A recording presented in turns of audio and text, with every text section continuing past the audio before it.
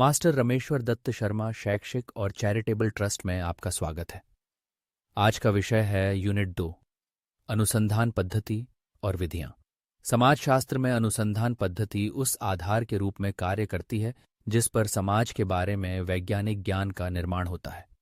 यह यूनिट समाजशास्त्रीय जांच के दार्शनिक और व्यावहारिक आयामों की व्यापक खोज प्रस्तुत करती है।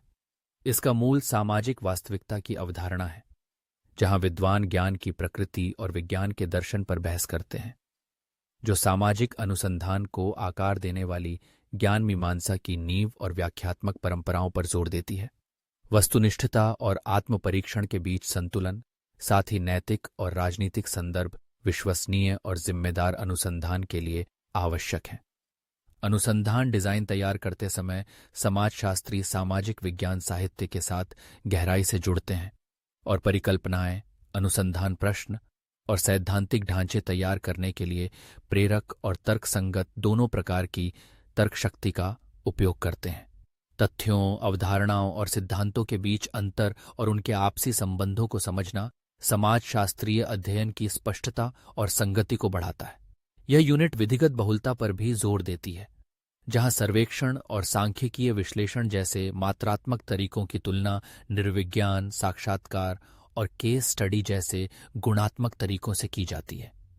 ये विधियां शोधकर्ताओं को सामाजिक घटनाओं की गहराई और जटिलता का अन्वेषण करने की अनुमति देती हैं, साथ ही वैज्ञानिक कठोरता बनाए रखती हैं। अंत में यह मॉड्यूल आवश्यक अनुसंधान तकनीकों जैसे नमूना चयन, प्रश्नावली डिजाइन, डेटा विश्लेषण और रिपोर्ट लेखन का परिचय कराता है। ऐतिहासिक तुलना हो या समकालीन डेटा व्याख्या, ये उपकरण अमूर्त समाजशास्त्रीय विचारों को सार्थक निष्कर्षों में बदलने में मदद करते हैं।